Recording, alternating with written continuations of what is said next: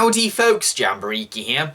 What is a Teenage Mutant Ninja Turtle? Well, let me give you a backstory on this very successful franchise. Teenage Mutant Ninja Turtles started off as a gritty comic book that subverted and parodied superhero tropes. It was an independent effort by two creative talents called Kevin Eastman and Peter Laird.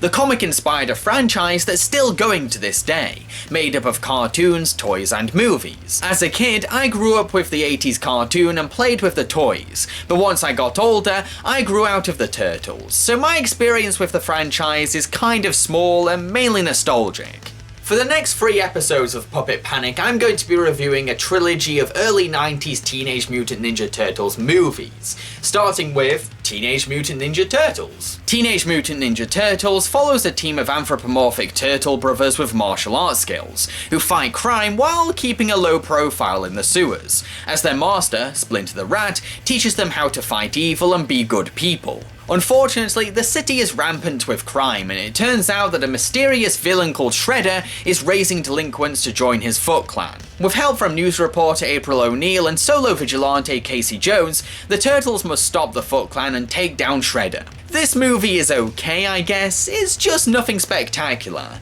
The problem is that it's working with a pretty basic narrative. I mean, the story structure is very uneventful. It follows a formulaic cycle that goes like this. The Turtles do something goofy, they fight Foot Clan members, and then we cut to Shredder being annoyed at the Turtles. There's little things thrown in now and again, but nothing that special. The narrative definitely has a repetitive storytelling pattern going on. This format could have worked for a Saturday morning cartoon, but this is a feature-length movie, the game has to be raised. It doesn't seem to aim very high in terms of imagination.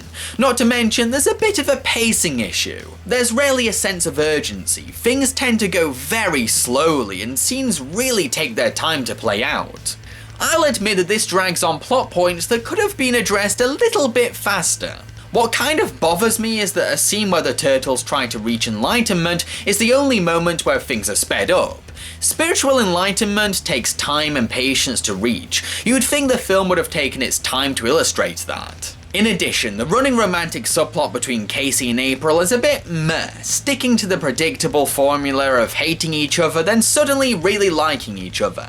You know, the typical Hollywood romance beat for beat, to the point where the chemistry seems forced. So yeah, this movie is kind of weak in the storytelling and pacing departments, but you know what, there's still a charm to it. I got engaged in this movie despite its weak writing.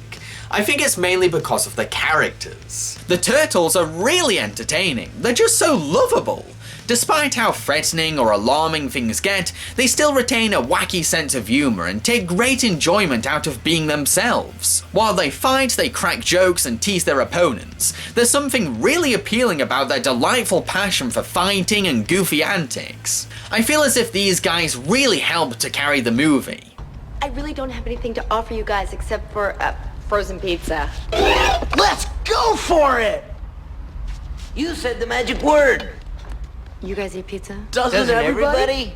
While Splinter may be a walking fortune cookie spouting philosophical sayings and exposition all the time, he's still a decent wise old man trope. You can really see some emotional history in his eyes. He's clearly reached a high level of enlightenment and he's got good intentions when teaching the Turtles. My Master Yoshi's first rule was possess the right thinking.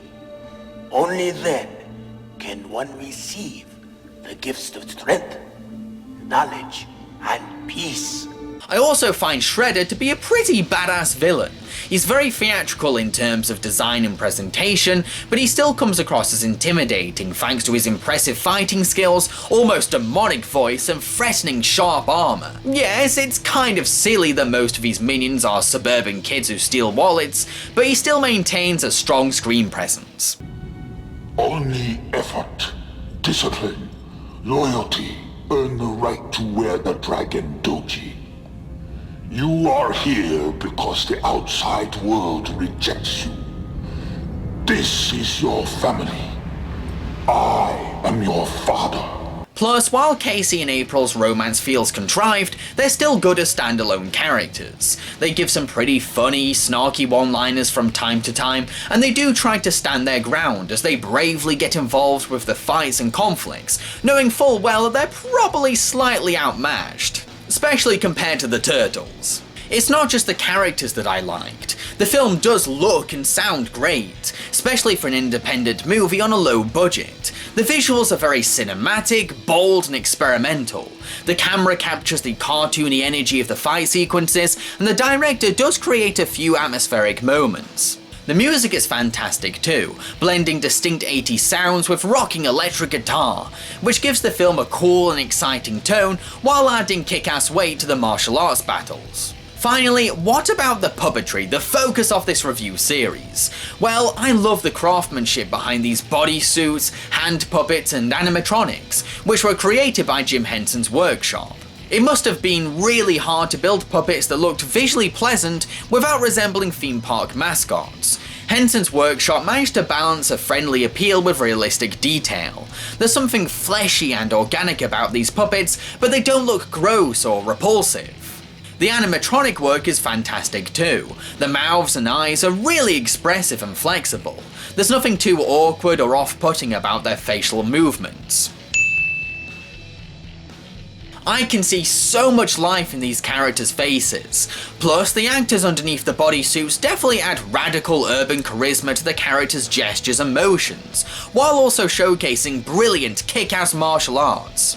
Jim Henson himself didn't like the film because of its violence, but he still felt proud of the puppetry that he contributed to the film, which he should be. This film has some of the best work from Henson's workshop. To conclude, Teenage Mutant Ninja Turtles is a passable effort. It's okay, it's nothing great, but I've seen much worse movies. If you're a fan of the Turtles, then you'll definitely get something out of it because there's so much fun in this movie. Plus, the puppetry really holds up, proving once again that puppetry is not an outdated technique, it still works, it's still really impressive. In the next episode of Puppet Panic, I'm going to be reviewing Teenage Mutant Ninja Turtles 2, Secret of the Ooze. Cheerio, folks.